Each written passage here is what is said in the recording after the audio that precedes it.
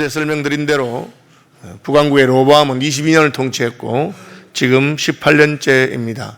그러므로 그는 그의 통치 기반이 견고하고 또 자기 백성들에 대한 통제력도 상당히 있고 군사도 80만 명을 동원할 수 있는 실력이 있는 사람이었습니다. 반면에 아비야는 3년밖에 통치하지 못하고 죽은 사람이고 그는 이제 막 왕이 되어서 국정 전반에 대한 장악력이 부족했다고 할 수가 있습니다. 그럼에도 불구하고 전쟁은 일어났고 아비야는 40만 명을 동원했습니다. 40만 명 대 80만 명이니까 절반밖에 되지 않고 또 전쟁 경험이라든지 이런 것으로 보아서 분리하기 짝이 없는 그런 전쟁이었습니다. 그런데 그 아비야가 산에 올라가서 스마라임 산에 올라가서 남왕국 유다에 하나님의 정통성이 있다. 하나님께서 다윗 가문과 소금 언약을 맺으시고 또 우리 가문이 하나님이 세우신 그런 나라이다. 예루살렘 성전이 있다. 뭐 이런 식으로 말을 했습니다. 그런데 이 말에 대해서 북왕국의 여로보암이 전혀 흔들리지 않았던 것처럼 보입니다. 그래, 말 잘하는구나. 그래, 너희 나라가 그렇다는구나. 내가 그 말 듣고 항복하겠느냐? 너희 나라가 정통성 있다고? 그래, 한번 해보자. 여로보암의 마음속에는 아비야 왕은 풋나기 왕입니다. 그저 명분만 가지고 그렇게 큰 소리 치고 하나님을 덜먹이긴 하는데 전쟁은 그런 게 아니다. 전쟁은 군사의 강함과 약함이 달려있는 것이지 너희가 무슨 떠들고 백성들한테 그렇게 선전한다고 해서 그걸로 이길 수 있는 건 아니다. 그렇게 생각한 것 같습니다. 마치 남쪽에서 북쪽으로 풍선을 띄우고 또 휴전선 근처에서 확성기를 통해서 그냥 남한이 얼마나 잘 살고 북한이 어떻고 이렇게 그렇게 말하니까 북쪽에 김정은이는 그 핵무기, 미사일 그런 것을 시위하면서 너 핵무기 있느냐? 우리 장사정포가 있다. 이런 식으로 이제 하는 것 같습니다. 그런데 전혀 흔들리지 않냐고 여로보암은 전략을 짰습니다. 어떻게 짜느냐? 80만 군대를 둘로 나누어서 그래도 40만씩이잖아요. 40만 명은 복병 숨어 있고 또 일본 앞에서 전쟁을 걸었습니다. 그래서 아비야는 자기들에게 명분이 있으니까 우리가 이길 수 있다. 하나님 우리 편이다. 가자 하고 가는데 복병은 숨어 있고 자기들은 후퇴합니다. 후퇴하니까 적진도 쫙 공격을 들어갔습니다. 공격을 들어갔는데 한참 들어가다 보니까 갑자기 뒤에서 군대가 나타났습니다. 숨겨두었던 여로보암의 군대가 점 앞과 뒤에서 포위를 한 것이죠. 다시 말하면 아비야는 함정에 빠지게 된 것입니다. 자기 유리하다고 생각하고 낙관적으로 생각하고 하나님 우리 편이 되겠다고 생각하고 그렇게 갔는데 현실은 너무나 달랐던 것입니다. 그것이 오늘 본문에 나오는 내용입니다. 여로보암 속으로 생각하기를 저 철 모르고 그저 그냥 말만 할 줄 알고 그런 현실 감각이 없는 아비야를 내가 공격해야 되겠다. 지금이 찬스다. 우리가 10지파는 데리고 있고 이제 2지파밖에 없는데 예루살렘 때문에 성전 때문에 내가 늘 명분에서 밀렸는데 이번에 확 잡아먹어버리면 그 다음에 정복한 다음에는 명분이고 뭐고 소용이 없다. 망한 나라의 왕이 무슨 합병하고 나면 된다. 그렇게 생각한 것입니다. 오늘날도 강한 사람들이 다 그런 생각하고 있습니다. 실력으로 딱 잡아먹고 그 다음에 무슨 명분이든지 뭔지 하겠다는 거죠. 그리고 그의 작전은 성공했습니다. 그는 아주 치밀하게 계획을 세우고 군대를 나누어서 포위 작전을 했고 성공했습니다. 이제 아비야입니다. 아비야는 그냥 자신들의 나라가 정통성이 있다는 것을 믿고 그렇게 전쟁에 나갔는데 또 적들이 자기가 연설하고 나니까 후퇴하는 것처럼 보였어요. 그래서 역시 별것 없구나 하고 갔는데 복병에 걸려서 포위당하고 말았습니다. 한참 가다 보니까 뒤에 무슨 소리가 나요. 딱 돌아보니까 자기들 뒤쪽에도 여로보암의 군대가 있는 겁니다. 앞에도 군대가 있고 뒤에도 군대가 있습니다. 그야말로 진퇴양난이고 숫자도 그는 80만 명입니다. 40만 명이 80만 명이 이렇게 포위되어서 그러니까 기가 딱 막힌 거죠. 우리는 여호와 하나님을 믿는 군대고 우리는 정통성 있는 군대인데 왜 이런 일이 생겼는가? 실제로 이런 일이 많이 생깁니다. 그죠? 십자군 전쟁을 하면서 전쟁하다가 안 되니까 그 젊은 애들, 어린 애들, 아직 죄가 적은 소년들을 보내가지고 죄 없는 애들이 가서 싸우면 안 이기겠느냐. 그런 식으로. 그게 됩니까? 실제 안 되는 거예요. 그래, 명분은 있었는데 군대는 작고 전략은 미숙하고 왕은 북왕국 왕이 훨씬 더 노련한 왕이니까 포위당한 것을 깨닫게 되었습니다. 그럼 어떻게 하면 되겠습니까? 여기 이제 놀라운 역전이 있습니다. 그들은 포위당한 것을 알고는 앞뒤의 적병으로 말미암아 여호와께 부르짖었다. 여기 포위당했으니까 이제는 그냥 그야말로 사살당하고 하는 것밖에 없어요. 그런데 여호와께 부르짖습니다. 하나님, 어떻게 할까요? 살려주세요. 그렇게 부르짖기 시작합니다. 어떤 분들은 부르짖는 게 기도를 그렇게 부르짖어서 할 필요가 있겠느냐? 그냥 좀 고상하게 그렇게 하는 것이 안 좋겠냐? 그렇게 생각하는 분이 있습니다. 저희가 신학대학원에 들어갔을 때 교수님 중에 한 분이 그런 얘기 하더라고요. 고상하게 이렇게 조곤조곤 기도하는 것만 다가 아니다. 성경에 보면 부르짖는 기도가 있다. 왜 부르짖느냐? 왜 부르짖지 않느냐? 그렇게 말하면서 아직 덜 답답하기 때문에 부르짖지 않는다. 그렇게. 진짜 죽을 위기가 생기면 부르짖게 되어 있다는 거예요. 지금 앞뒤로 적이 있고 이제는 망하고 죽을 그런 위기가 생기니까 부르짖지 않을 수밖에 없다. 한국 사람들이 왜 부르짖느냐? 한국에 우리의 앞서간 믿음의 세대들이 진짜 힘들고 어려운 시기를 지나가고 의지할 것은 아무것도 없고 하나님밖에 없고 마음에 한은 많고 슬프고 그냥 주님 앞에 와서 그래서 부르짖었다. 그렇게 말한 것입니다. 그러니까 성경에도 부르짖으라. 그럼 내가 응답해 주겠다. 하나님께서는 자기 백성의 부르짖는 소리를 외면하지 않는다. 그렇게 되어 있는 겁니다. 여러분, 목소리 크다고 해서 하나님 들으시는 건 아닙니다. 그냥 무조건 과음을 지르라는 뜻도 아닙니다. 그러나 때로 우리의 형편이 그야말로 절체절명의 위기에 있고 아무도 우리를 도와줄 사람이 없을 때 부르짖는 것입니다. 그러니까 60년대, 70년대 이럴 때는 산골짜기마다 기도원이 있고 산에 가면 그렇게 밤새 부르짖으면서 하나님 앞에 울고 그렇게 기도하는 사람들이 많았습니다. 왜? 답답하니까. 형편이 안 되니까. 어쩌다가 전쟁은 났는데 저쪽은 80만 명이고 나는 이 전술도 능하지 못해가지고 싸움은 시작됐는데 보니까 앞뒤로 포위당해 있고. 여러분, 6.25 전쟁을 북한이 일으켰을 때 북한 쪽에서는 생각이 다 있었어요. 전략을 미리 다 세우고 남쪽에는 그냥 아주 순진하게 그냥 전쟁이 설마 나겠나 이러다가 딱 전쟁 뚜껑 나니까 사흘 만에 서울 일주일 만에 낙동강 그냥 대구하고 부산 조금 그 정도만 남겨놓고 싹 다 정복당한 그런 일이 있어요. 그때도 부르짖었습니까? 부르짖었죠. 전국에서 피난 간 목사님들이 부산 3.1교회 한상무 목사님 목회하던 그 교회 거기서 다 목사님들 다 그냥 교회에서 수용해서 피난민들 수용하면서 먹여주고 하면서 집회한 거예요. 집회. 그래놓고 우리 목사들이 하나님 잘못하고 신사참배 하던 나라를 하나님 해방시켰는데 회개하지 않냐고 하면서 거기서 집회하면서 회개운동이 일어나고 막 그렇게 했어요. 그걸 부르짖으니까 하나님께서 전세를 역전시켜서 인천상륙장이 성공되고 그 당시에 거기에 참석했던 분들이 연하가 물고기 고래 뱃속에 들어갔던 것처럼 한국교회 목사들이 고래파 뱃속에 들어갔다 나왔다. 거기서 부흥하고 회개하고 애통할 때 하나님께서 전세를 역전시켰다. 그런 고백을 했습니다. 부르짖죠. 여호와께 부르짖으니까 또 그냥 부르짖는 게 아니고 그 다음에는 나팔을 붑니다. 제사장들이 나팔을 부니라. 이게 왜 갑자기 제사장이 나와요? 전쟁에 왜 제사장이 나오냐?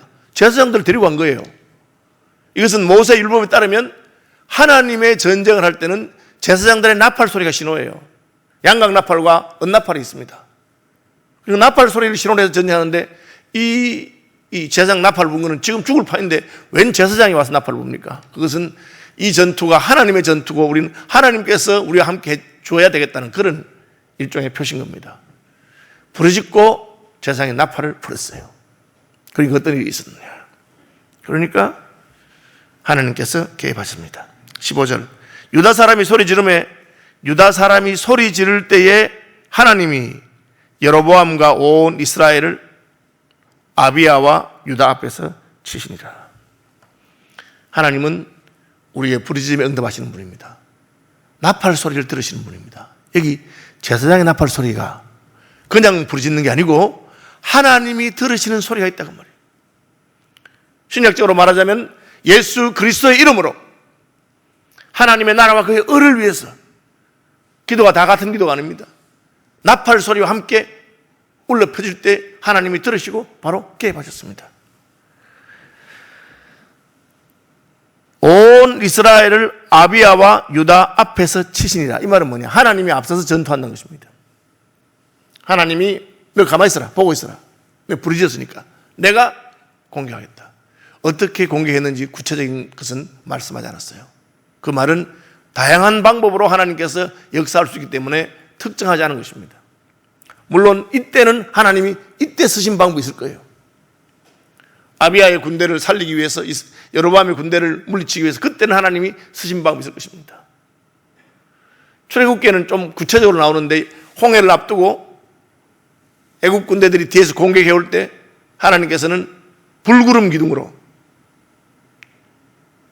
애국 군대와 이스라엘 군대 사이를 막으시고, 그리고 그들의 수레바퀴가 탈선되도록 하시고, 그리고 그들을 치셨다. 그렇게 되어 있어요. 여기는 그런 건 안 나와 있지만 부르짖고 나팔 소리가 들리니까 하나님이 개입하셔서 보는 앞에서, 아비야 군대 앞에서, 유다 군대 앞에서 이스라엘 군대를 공격했습니다. 우리 하나님은 자기 백성들의 기도를 들으실 뿐 아니라 앞서서 행하시는 분이십니다. 우리 힘을 할 수 없을 때 하나님 개입하셔서 앞섰습니다. 결과는 뭡니까? 도망가는 거죠. 80만이면 뭐 하겠어요? 하나님하고 싸우는데. 애굽의 모든 군대가 모세를 이기지 못했고 하나님과 싸워서 이길 수 있는 자가 없습니다. 이스라엘 자손이 유다 앞에서 도망하는지라. 전쟁이 끝났다는 거예요. 하나님 개입하는 순간에 끝나버립니다.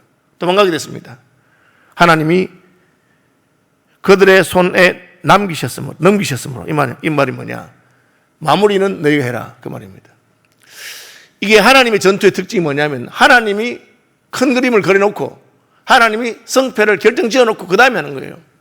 오늘날 우리가 죄와 싸운다, 마귀와 싸운다, 아비야가 여로보암의 군대와 싸우는 것처럼 싸워서 이길 수 없는 그런 상황에서 우리 보고 싸우라는 게 아니에요. 하나님이 꺾어놓고 예수께서 십자가에서 뱀의 머리를 밟아놓고 이미 승리하셔놓고 우리가 넘어지면 언제든지 일으키시고 우리가 범죄하면 우리 사유하시고 그걸 해놓고 우리 보고 싸우라고 하는 거예요.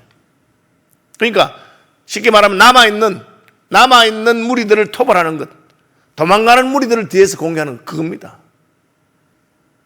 포위당해서 죽을 줄 알았는데 갑자기 하나님이 개입하시니까 도망가기 시작하는 거예요. 도망가는 사람들을 뒤에서 무찌르게 하는 것입니다. 그것이 하나님이 그들의 손에 넘기셨다. 뒷정리만 하면 되는 겁니다. 일본이 우리나라를 정복할 때 우리나라가 어떻게 일본에게 그 식민지 통치하는 사람들에게 대어들 수 있어요. 그런데 2차 세계대전에 히로시마, 나가사키 원자폭탄 2방 딱 떨어지는 게 끝나버린 거예요.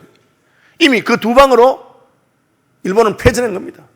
그 다음부터는 우리도 조선 백성들은 힘도 없고 이때까지 눌림어 있다가도 일본 순사든지 일본 놈이든지 다 잡아가지고 빼앗을 거 빼앗고 하는 거예요. 왜? 이미 그 나라가 패전했기 때문에 그때부터는 힘이 없는 거예요. 그것을 말합니다. 우리가 어떻게 마귀와 싸워서 이길 수 있겠습니까? 그러나 우리의 구주이신 예수 그리스도께서 먼저 가셔서 이미 적들을 무찌르시고 승리해 놓으시고 그 다음에 오합지졸 남아있는 것들을 정리해라. 그러니까 도망가는 적들을 쫓아가서 무찌르게 됩니다. 그것도 순종하지 않으면 못 얻는 거예요. 순종했습니다. 그러니까 아비야와 그의 백성이 크게 무찌르니 이스라엘 택한 병사들이 죽임을 당하고 엎드린 자들이 50만 명이 되었다. 이게 지금 80만 명이 왔는데 40만 명 붙어서 50만 명이 죽었으니까 이건 뭐랍니까? 요즘식으로 말하면 견적이 안 나오는 이런 전투예요. 이런 일이 있을 수는 없어요. 하나님이 함께 하실 때는 이런 일이 생깁니다. 제가 전에도 말씀드렸네요. 뭐 장사를 하는데 잘 되는 날도 있고 못 되는 날도 있잖아요. 너무 잘 되거나 혹은 너무 안 되거든. 이건 뭐 하나님이 개입하신 게 아닌가? 어떻게 이럴 수가 있는가? 해도 너무 한다는 말이 있잖아요. 그런데 이게 그겁니다, 지금. 포위당해서 지금 죽기 직전에 했는데 하나님이 한 번 딱 개입하니까 바로 전세가 바뀌어가지고 50만 명이 죽임을 당하는 일이 생겼어요. 역사에는 하나님의 개입이 있습니다. 지금 불임절이 되면 온 유대인들이 다 죽어 나타봐야 될 판인데 모르드게와 에스더의 기도를 통해서 하나님이 개입하셔서 아수에르 왕이 마음 탁 바꾸니까 거꾸로 유대인들을 죽이려고 하던 사람들이 다 죽게 되고 그 모든 작전에 앞에 있던 하만은 자기가 세우는 짱대에 매달려 죽게 되는 이런 생각할 수 없는 반전이 일어난 겁니다. 그야말로 우리로서는 상상이 안 되는 그런 역사가 있습니다. 그 하나님이 우리 하나님이십니다. 여러분, 인생 살아가다가 얼마나 크고 작은 전투와 그런 것들이 있습니까? 우리를 대적하는 자들이 있습니까? 여러분, 너무 낙심할 필요가 없습니다. 부르짖으면 됩니다. 그리고 나팔을 붑니다.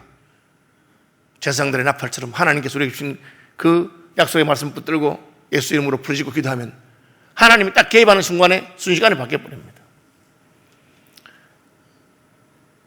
교회의 역사를 보면은 무슨 부흥이라는 것이 차근차근 이렇게 성장해서 꾸준히 그런 게 아닙니다. 그야말로 낭망하는 것 같은데 갑자기 하나님께서 탁 개입하셔서 순간적으로 부흥이 일어나요, 부흥이. 개혁의 역사가 일어나고. 그러니까 판이 바뀌어버리는 겁니다. 80만 명을 데리고 와서 여로보암이 이번에는 이제 두 지파도 마저